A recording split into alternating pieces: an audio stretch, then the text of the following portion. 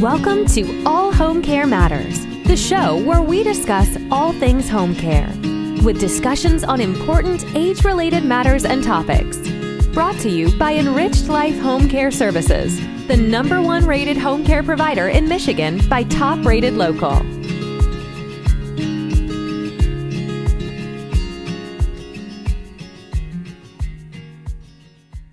Hello, and welcome back to All Home Care Matters. We want to say thank you for taking time out to be with us today. We appreciate how valuable everyone's time is. That's why we try and make each episode here at All Home Care Matters something that hopefully matters to you. Today, we are honored to welcome a very special guest. We are welcoming Joanne Eason, the president of 5 Wishes. Welcome, Joanne. Oh, it is my pleasure. Thank you for having me. Our pleasure. Thank you. So, Joanne, you're the president of 5 Wishes, which is a tremendous resource for families and healthcare professionals to share with their patients and families they encounter for advanced care planning. Why don't we start by asking you, how did you get involved with 5 Wishes and advanced care planning? It was actually serendipitous, to tell you the truth. I grew up in Michigan and lived there for most of my life. And my husband took a job here in Florida where 5 Wishes, which is a program of Aging with Dignity. Aging with Dignity is a national nonprofit organization. He took a job and I had a background in communications, and a position opened up and they were looking for someone to actually work with our partner organizations. So, and I really am strongly believing in their mission, which is really to safeguard human dignity.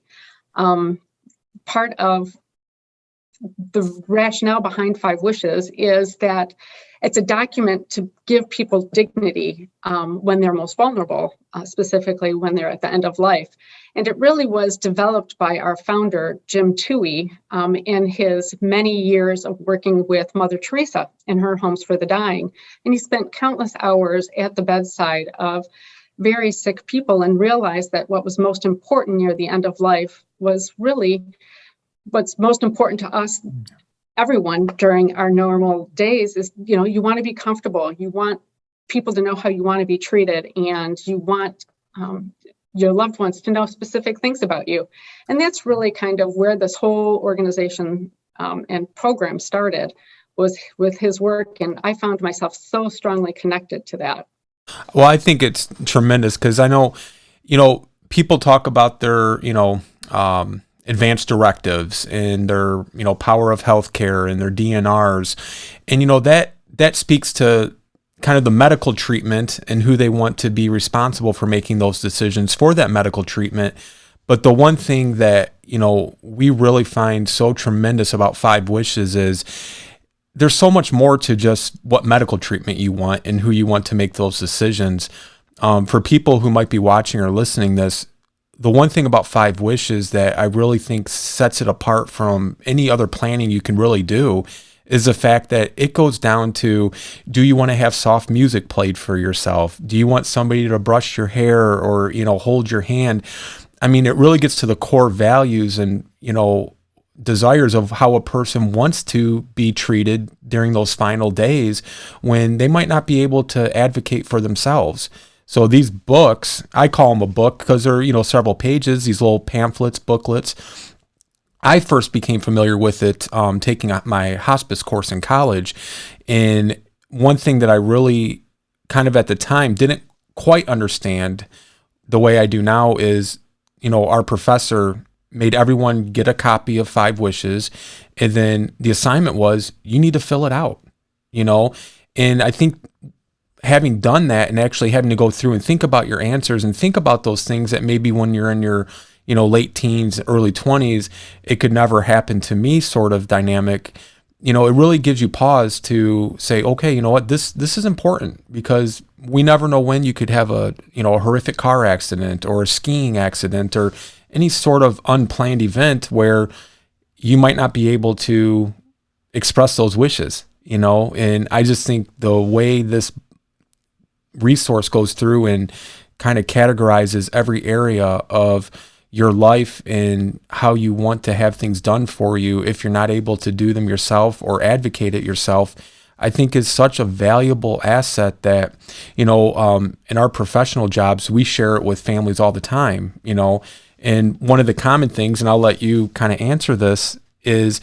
families will say, well, we already have our advanced directives. We don't need that. And then trying to, explain to them, well, this isn't really so much an advanced directive. This is kind of your day-to-day directive, if you will, I've found that's one of the most difficult, misperceptions or misconceptions about Five Wishes is they think it's to substitute, their advanced directives that they had maybe their attorney do, or they drew up, for, healthcare. Do you encounter that often, or? Oh, we do. And really, Five Wishes, yes, it is a legally valid advanced directive throughout the country. It meets all the state statutory requirements. But what's really, I think, important about this, and you were alluding to it, is that it's a roadmap of what good care means to the individual.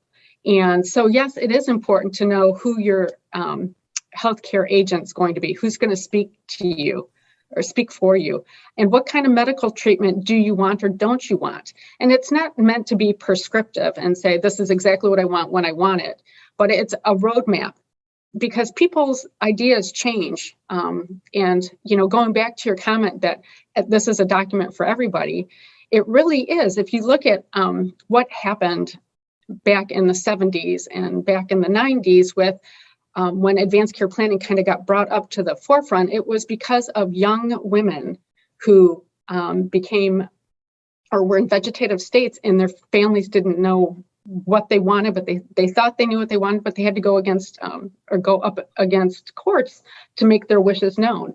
Well, had there been something in writing, then that would have been much more clear.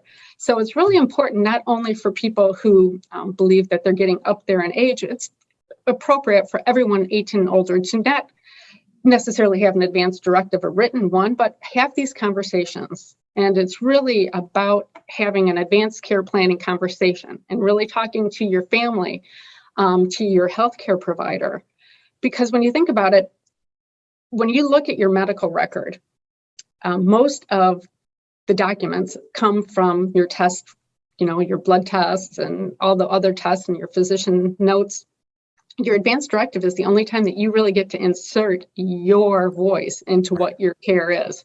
So it's really great to have that on record, that this is what's important to me. And I think Five Wishes, specifically wishes 3, 4, and 5, get to that heart of the matter. It's the heart and soul of who you are and what good care means to you. Right.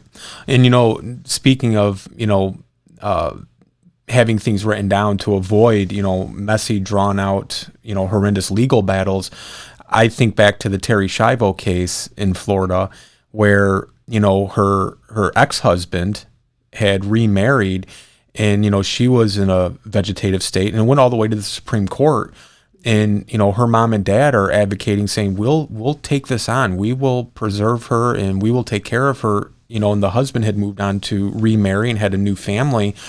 But because she didn't have anything written down or expressed, they sided with the ex-husband, but, had a very easy document like Five Wishes been available to her, it could have had a different outcome. You think about those things. And I know when we talk with families all the time and they say, well, mom's a DNR. Do you have the DNR certificate? Do you have DNR paperwork? Well, no.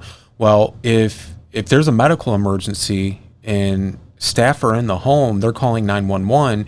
911, the hospital, their main objective is to preserve life. And without it written down, that's what they're going to do. And a lot of families, don't realize that. They just think, well, that's because mom said it, then that's what we'll honor. And I understand that. But what we try to express to them is that's why you need something written down, because, if mom can't express it and a medical emergency happens, they're going to err on the side of life rather than not. So that's why you need to get something in written form so that, her wishes can be respected. Oh, completely. And I think maybe it would be beneficial for your audience to really kind of go through what are the documents involved in advanced care planning. Yeah. So there's what in the industry is known as the DPOA, which is the durable power of attorney for healthcare. You can have a durable power of attorney.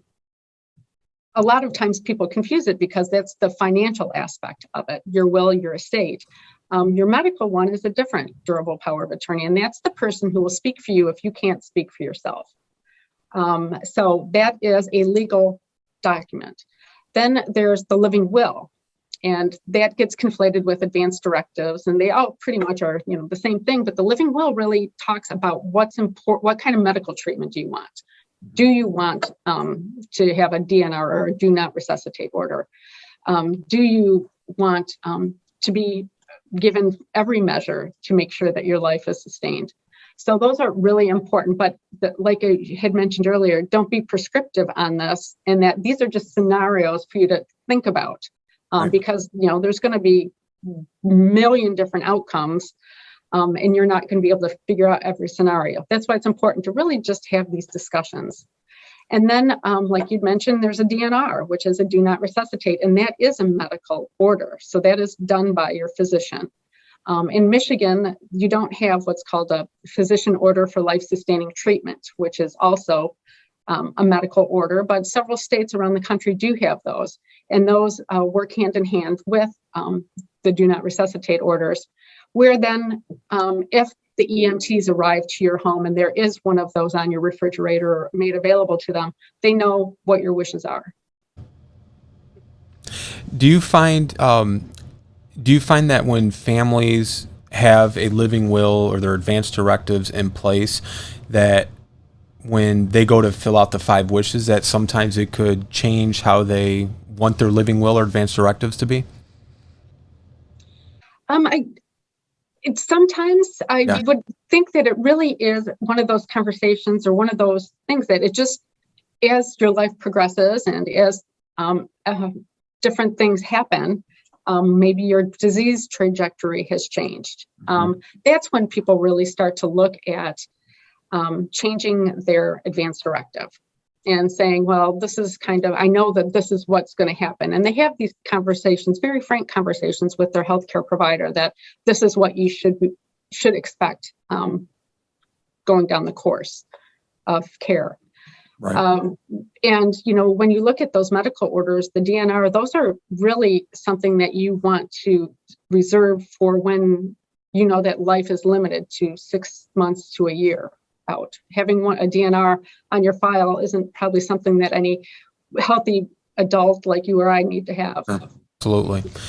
What is the biggest objective for 5 Wishes overall? Because it is part of the Aging with Dignity organization, and you guys do tremendous work. And you spoke about Mr. Towie and the work he did, and working with Mother Teresa. And I don't know if it's fair to say he also has a new book that's going to be coming out about his experiences working with Mother Teresa, which I'm excited for. I just got the email for the pre-order. What is the overall objective? Well, Aging with Dignity's objective is, and our mission is to safeguard the God-given human dignity of every person, specifically those most vulnerable.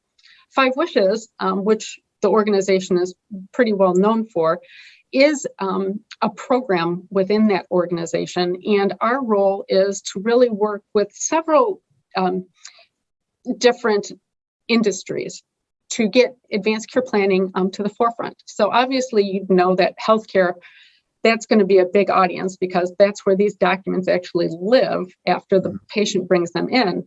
So we work with hospitals and health plans and physician practices and hospices and home care organizations, and provide what we call our program of healthcare. So it's not just 5 Wishes, the document, but it's also looking at training and how to have these conversations and how to document conversations and when to have repeated conversations, putting it into the workflow for physicians and healthcare clinicians to make sure that it becomes a part of their everyday life working with their patients. Mm-hmm. So that's one area that we work with. We also work with employer groups. And specifically since COVID hit, employers know that their employees are at any moment, something could happen to me. So having an advance directive ready has become top of mind to many employers. So they're providing it as a benefit to their employees. Part of that whole financial wellness and financial literacy area, because people know that at the end of life, that's where 20% of healthcare is really used. That's where all those dollars go the last 6 months of life. So by making and that could really put a huge burden on families. Absolutely. If they don't really know what that loved one wanted. And so it's really important for employers then to provide it.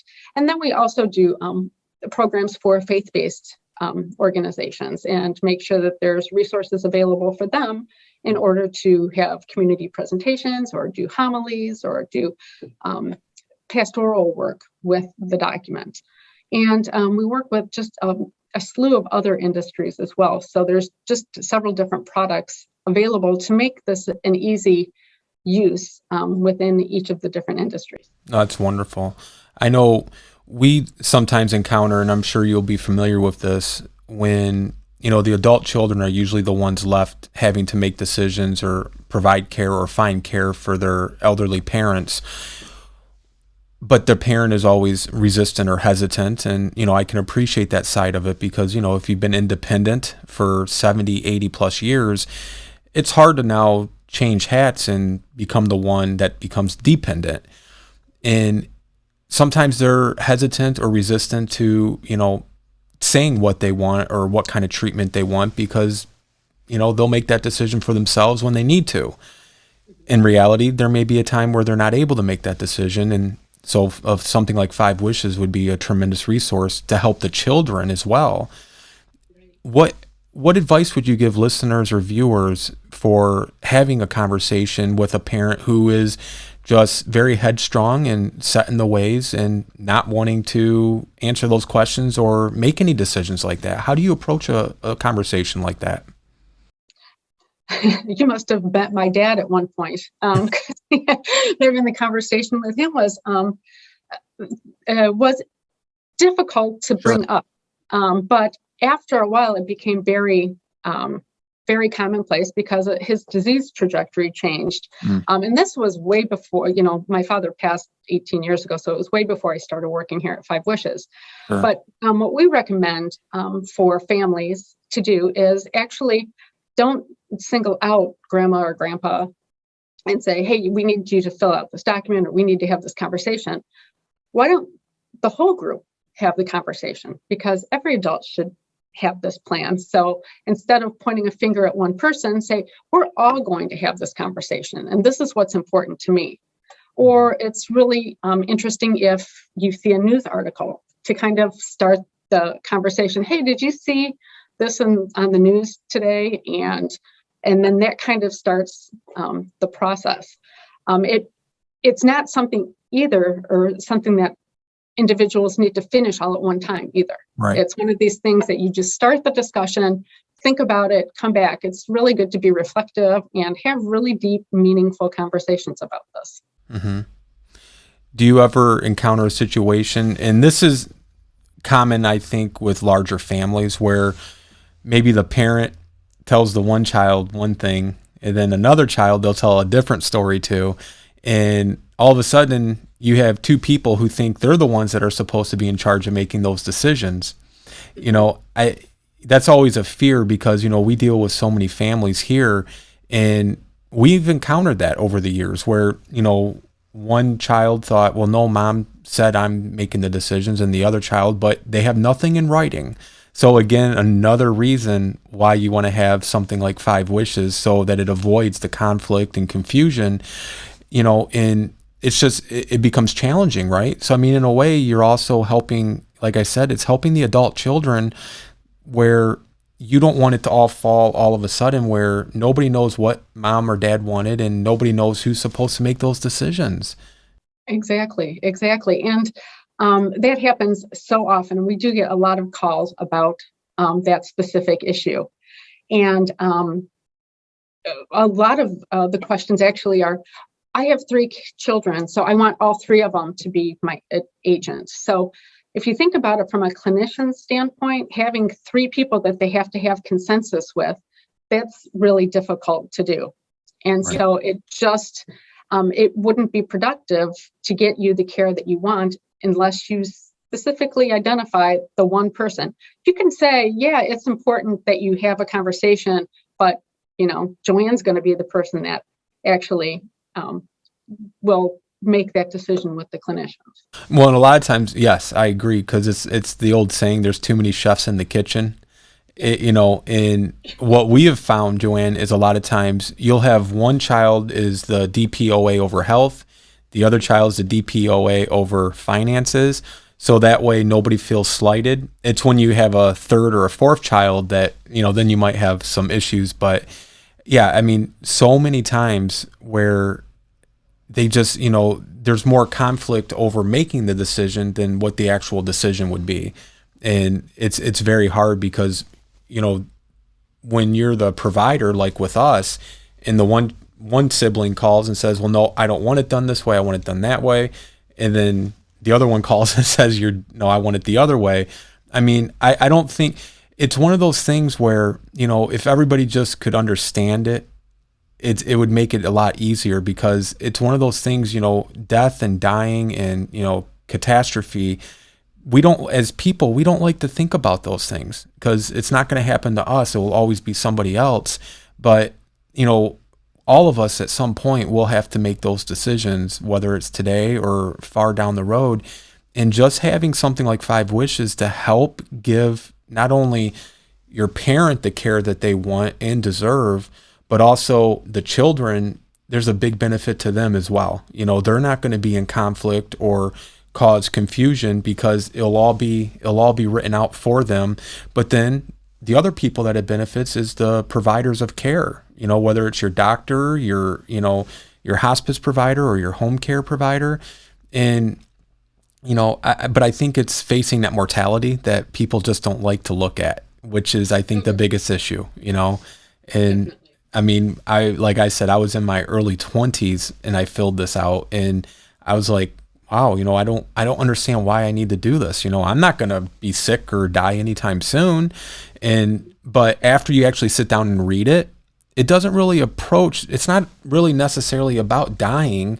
It's about if you can't make decisions for yourself. I mean, it could be something, like maybe you had your jaw wired shut and you can't talk, or, whatever the case may be, but it would just make life easier, and it will ensure that you're getting what you want as a person. That's what I think the bottom line is, and once you can't make those decisions for yourself, if you don't have something down, you can't go back and do it, I mean, and that's why I think 5 Wishes is such a tremendous organization. When you and I spoke previously, I said we use these regularly for our business, and, I just feel like I'm doing a small part by, sharing this with a family, and what they do with it, of course, is up to them after we give it to them. But, just, it's almost like a gift, it really is, because you're giving them the gift of getting what they deserve, the care that they deserve, but also avoiding that conflict that can happen so many times in families when mom or dad or whoever it may be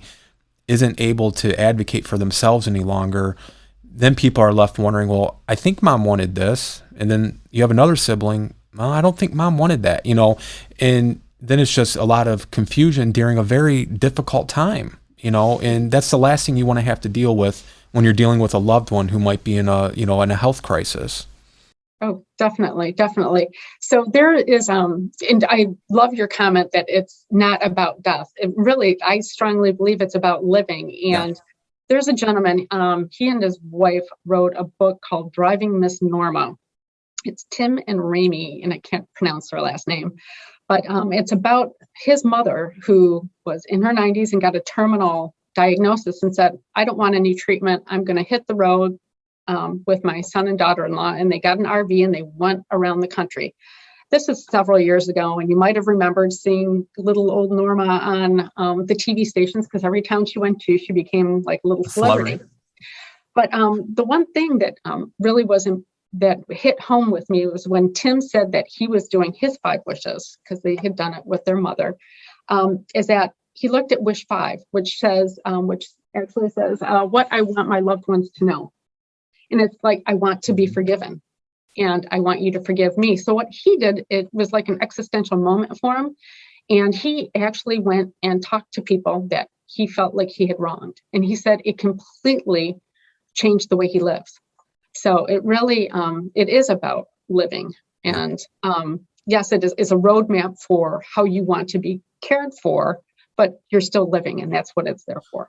And I think too, and you kind of touched on this, what I really appreciated about it, well, one of many things, is that I think a lot of the principles and values that are built into the 5 wishes, it comes from a faith-based biblical point of view. You know, it's not the cold, hard, gray data of science. It's asking for forgiveness, expressing your love to your family and your friends. And, I think there's a very strong proponent to that, and a lot to be said for it as well. Oh, definitely. And yes, you can tell that Jim Toohey, when he wrote this, his story is actually very interesting, and I don't want to take away from the book that's coming out, but it really, he was a Catholic, but he wasn't what he would call, a real Catholic, until he met Mother Teresa and worked with people, and that completely changed his life. And you can see it in the writing of 5 Wishes, that it's really about what is important, what is, how can we see God in other people? Right. And that's really, and it's, the training that we provide to caregivers as well is, looking at somebody as a human, as, someone that you're the Good Samaritan, and you're picking them up and carrying them and taking care of them.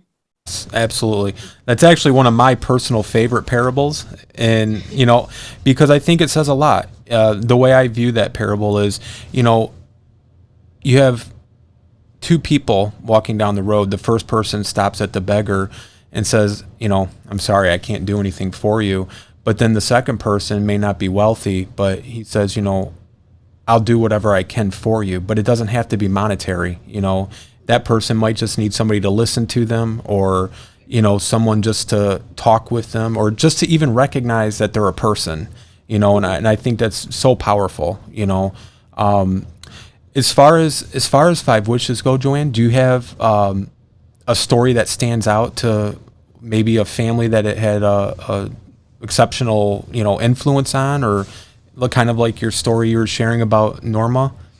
There's a couple that we worked with who was completing 5 Wishes at a session that we held. And they were probably in their 60s and going through wish 3 and how comfortable I want to be. And so the wife wrote down, give me as much pain medicine as possible. Don't want to feel anything. And the husband kind of was like, well, I want to be able to talk and still be able to have conversations with our family. And she's like, really? Because let me tell you, if it hasn't been said, it's not going to be said. Just give me the drugs. So Wow. They really, and they each thought the other was the same way they were. So even though you've lived with someone for years and decades, these conversations are really important because it gets to what's important to your loved one. Absolutely. So Absolutely. that one always kind of makes me laugh because the wife was just adamant. She's like, nope, I don't want to feel anything. Okay. All right. That is different. So if people want to get a copy of 5 Wishes, we are going to be giving away copies from the show, as well as putting the links to Aging with Dignity on the website. And I believe there's also a separate link that you can go right to 5 Wishes, if I remember correctly. Yeah. And because they can get access to the actual, again, I call it a book, the document. And I got a copy here, and it's 11 pages. And then they can also, if it's an organization listening or somebody within an organization, I know we have this as well. You have the instructor packet that you can, or the instructor program that you can purchase as well for people that want to maybe train their employees or, train their staff on the 5 Wishes book. Those are also available on the website as well. Now, with if anybody's interested in Mr. Tui's book, they can pre-order that right on Aging with Dignity. I highly recommend it. I'm anxious to read it myself. I think the work that Mother Teresa has done has just been phenomenal, and kind of as a result, that's where Aging with Dignity and Five Wishes originates from. Mr. Tui's work with Mother Teresa, and just kind of a continuation of the tremendous work that she had done as well.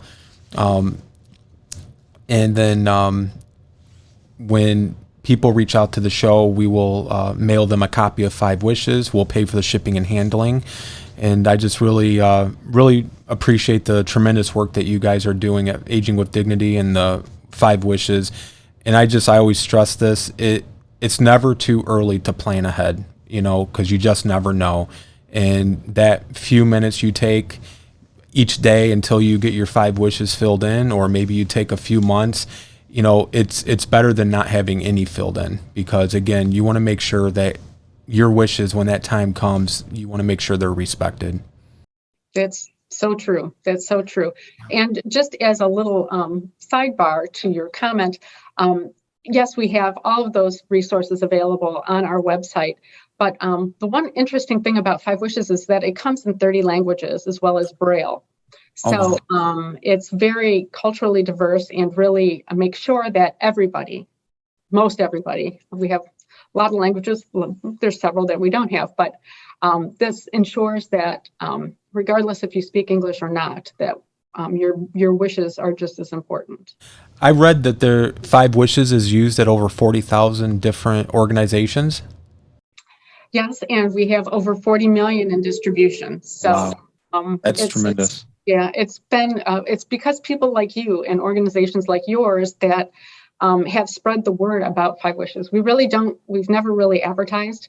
So it's just word of mouth. And really that's how the Five Wishes really got started, is that the Terry Schiavo case. Oh, is that right? Really? Well, we were started back in the 90s. 96, 97. But when that really came to full steam, we had been on a couple of the national media outlets, and people back then would just send letters, send me one. And we just weeks of mail to get through all of that. And then people started bringing them to their physician, and the physicians are like, well, we want to have these conversations. Well, we don't know how to. Right. But people are bringing these documents to us. So then hospitals and health systems and hospices, because actually Five Wishes is one of the only advanced directives that even mention that, yes, I want hospice as an option. Wow. So it's really kind of interesting for how we kind of grew from a grassroots. That's remarkable. Well, I know, like I said, I was first introduced to it in a hospice class in college. Are you aware, you may or may not be, of how many universities or colleges are sharing Five Wishes with like their healthcare professional students, or it's growing, because this is an area that physicians know that they need to have in medical clinician training on having these conversations and how to input it into their workflow. I do know that we probably have dozens of universities that provide it. I know there's one in Michigan, Marygrove, provides it for sure. Okay. Yeah, I know the hospice course I had attended was at Madonna. Okay. And they that's where I was first introduced to it. And that is one of the things that has always stood out from that class so many years ago, and has remained relevant in my life, all the way up to, present day, and I think, that's such an effective way to reach people, especially that are going into the healthcare profession, by introducing them to it when they're in a college class, and having them sit down and actually read through it and fill it out. And, I think every state recognizes it without a professional notary, except for I think 3 or 4. Is that right? Am I getting that correct? There's 4 states that you have to have it notarized in, and that's the Carolinas and Missouri and West Virginia. Okay, but every other state you can just fill it out and it's done. There's a couple other states that you need to have an additional document attached to it. So Okay. for those 4 states, we've actually developed state-specific ones that incorporate their statutory requirements. Okay. All So right. this is an advanced directive that actually is available and used throughout the country.